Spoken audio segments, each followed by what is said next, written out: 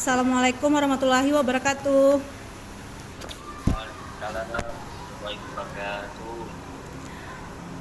Selamat sore Pak Satria, apa kabarnya hari ini?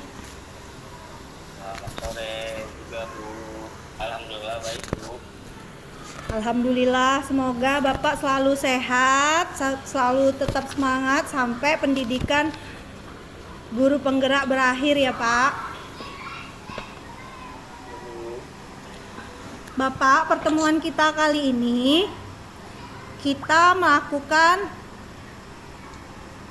pra-observasi karena kita akan melakukan pendampingan 4, yaitu evaluasi dan pengembangan proses pembelajaran.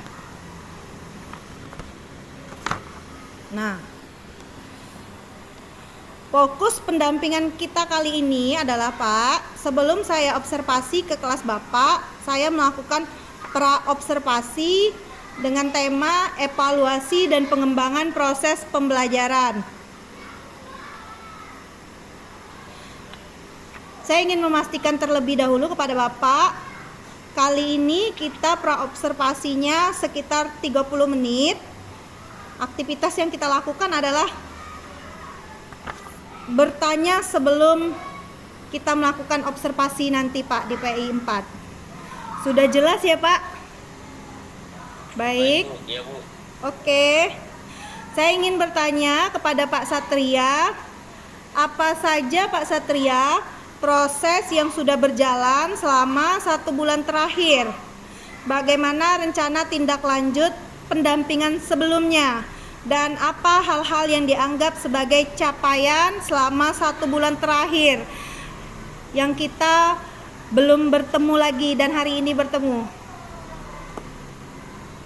Baik Bu, selama 1 bulan terakhir ini tentunya yang saya dapatkan di CKP ini kan tentang bagaimana membuat RPP berdiferensi dan PSN. Nah, dalam hal itu selama ini pelajaran di sekolah kami materinya membahas tentang itu pembuatan RPP. Untuk rencana tindak lanjut mungkin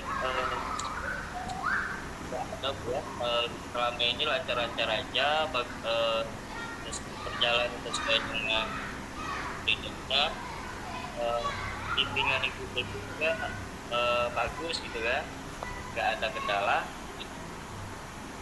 Itu aja Bu. Terima kasih Pak Satria telah berbagi praktik baik yang dilakukan selama 1 bulan terakhir ini selama kita tidak bertemu lagi. Hari ini kita bertemu di ruang virtual. Bapak, nanti saat saya observasi, RPP yang Bapak gunakan adalah RPP yang sudah direvisi. Dalam pembuatan RPP yang Bapak buat, dari awal Bapak belajar sampai sekarang tibalah saatnya observasi. Berapa kali Bapak perbaikan RPP-nya sampai menjadi RPP yang Bapak kirim ke saya? Kalau revisi itu sampai 2 kali kemarin Bu. 2 kali Bu. Baik Pak. Nah, sekarang Bapak, saya ingin memberitahu kepada Pak Satria bahwa di observasi nanti saya akan menyiapkan lembar observasi praktik mengajar calon guru penggerak, yaitu lampiran 5. Nah, di situ nanti saya akan mengobservasi di kelas Bapak itu ada 3 tahapan. Nah, jadi kita telah sepakati bahwa observasi pembelajaran dilakukan secara luring ya Pak, sesuai dengan jadwal dan disesuaikan dengan kebijakan di sekolah Bapak. Kemudian saat saya observasi nanti, yaitu minimal 2 jam pembelajaran dengan durasi menit disesuaikan dengan jenjang sekolah yang Bapak ajar sekarang. Baik, Bu. Nah, percakapan kita kali ini praobservasi, kita akan membangun hubungan antara guru, yaitu Bapak calon guru penggerak, dan saya sebagai supervisor, yaitu pengajar praktik sebagai mitra dalam pengembangan kompetensi diri. Jadi kita sebagai mitra dalam pengembangan kompetensi diri. Nah, percakapan ini juga menggunakan teknik coaching untuk perencanaan. Nanti saya selaku supervisor, yaitu pengajar praktik, mencatat apa yang menjadi sasaran pengembangan Bapak dan menginformasikan kepada Bapak prosedur supervisi ini. Nah, tujuan besar supervisi dan dari tujuan percakapan awal ini adalah ingin mengetahui sasaran pengembangan Bapak dalam melakukan pembelajaran yang berpusat pada murid. Nah, selanjutnya kita telah menyepakati ya Pak, sasaran observasi, waktu kunjungan kelas, dan waktu percakapan pasca observasi. Nanti setelah saya pra-observasi, saya ke sekolah Bapak melakukan observasi. Kemudian setelah observasi berlangsung akan diadakan percakapan pasca observasi. Baik, Bu. Ya, Bu. Ya. Mengerti, Bu. Siap Pak. Saya nanti di dalam kelas akan mencatat kegiatan pembelajaran yang Bapak Satria lakukan di dalam kelas. Kemudian setelah selesai, kita akan melakukan percakapan pasca observasi yang berlangsung dengan suasana santai dan kekeluargaan dengan semangat positif. Hasil percakapan pra-observasi ini akan saya dicatat pada lampiran 4, Pak. Ya, Bu. Baik, Pak. Nah, jadi Bapak, saat saya ke sekolah Bapak, muridnya ada berapa orang, Pak? Di kelas Bapak? Di kelas saya muridnya 18, Bu. 18 siswa. Oke, 18 siswa. Nah, jadi Bapak, nanti saya akan melihat Bapak di dalam kelas selama 2 jam pembelajaran. Di situ saya akan mengobservasi. Observasi pertama yaitu mengembangkan lingkungan kelas yang memfasilitasi murid belajar secara nyaman. Nah, kemudian Bapak di dalam poin tersebut, yang pertama itu ada kenyamanan lingkungan belajar untuk memenuhi kebutuhan belajar murid. Yang kedua, akan ada dinilai juga penggunaan komunikasi positif. Nanti pilihan penilaiannya ada 1, ada 2, ada 3, dan ada 4.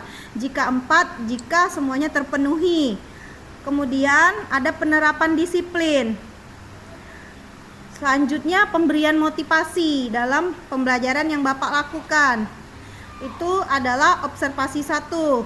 Kemudian observasi 2 yang dilakukan terkait memandu proses belajar mengajar yang efektif. Di situ juga ada poin-poin yang akan dinilai Bapak. Yang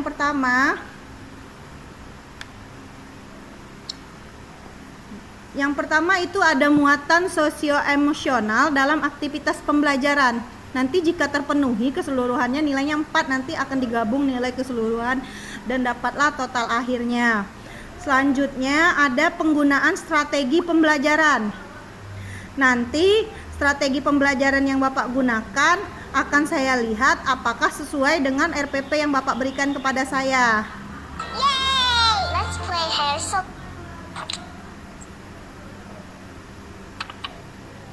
Nah, selanjutnya yang terakhir adalah observasi ketiga, Pak. Observasi ketiga, kita akan melakukan asesmen dan menyediakan umpan balik. Terkait hal itu, nanti Bapak dalam pembelajarannya harus ada seperti di RPP, yaitu yang harus terlaksana adanya pemberian umpan balik. Nanti umpan baliknya dinilai ada angka 1 sampai 4 juga. Jika terpenuhi keseluruhan baru mendapatkan skor 4, dan total nilainya penilaian observasi praktik calon guru penggerak itu total skor observasi 1 ditambah observasi 2 ditambah observasi 3 dan dapatlah total skor nilai akhir, Pak. Nah, sampai saat ini saya ingin bertanya kepada Bapak. Coba Bapak sampaikan kepada saya rancangan pelaksanaan pembelajaran dan menginformasikan kepada saya aspek perkembangan yang hendak diobservasi. Baik Bu,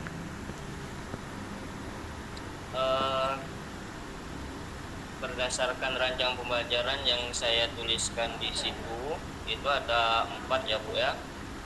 Yang pertama itu melalui kegiatan diskusi kelompok.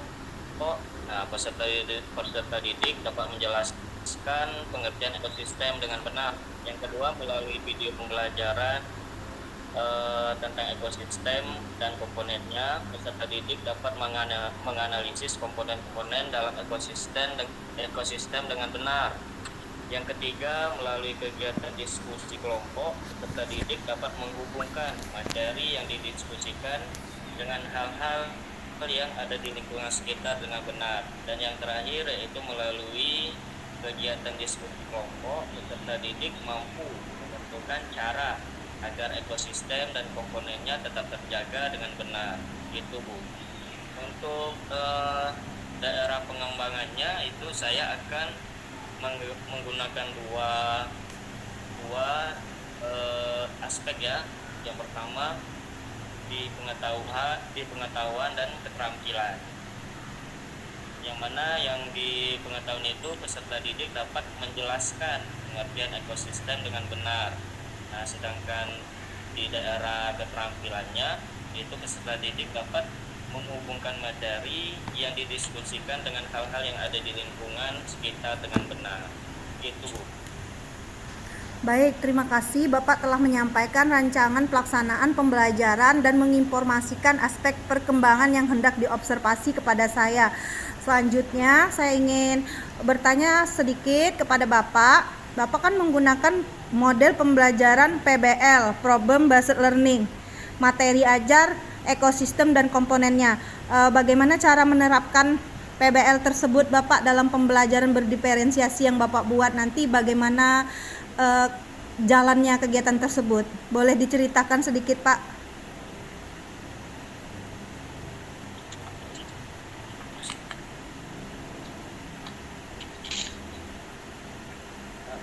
Iya Bu, untuk model pembelajarannya saya memang menggunakan model pembelajaran Problem Based Learning atau PBL. Nah, jadi dalam prosesnya itu nanti siswi saya akan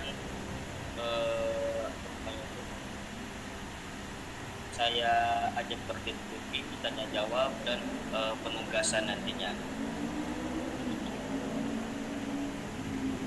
Baik, terima kasih Bapak. Nanti saya ingin tanya, kalau Bapak di dalam RPP berdiferensiasinya saat pemberian motivasi itu di awal apa di akhir Pak?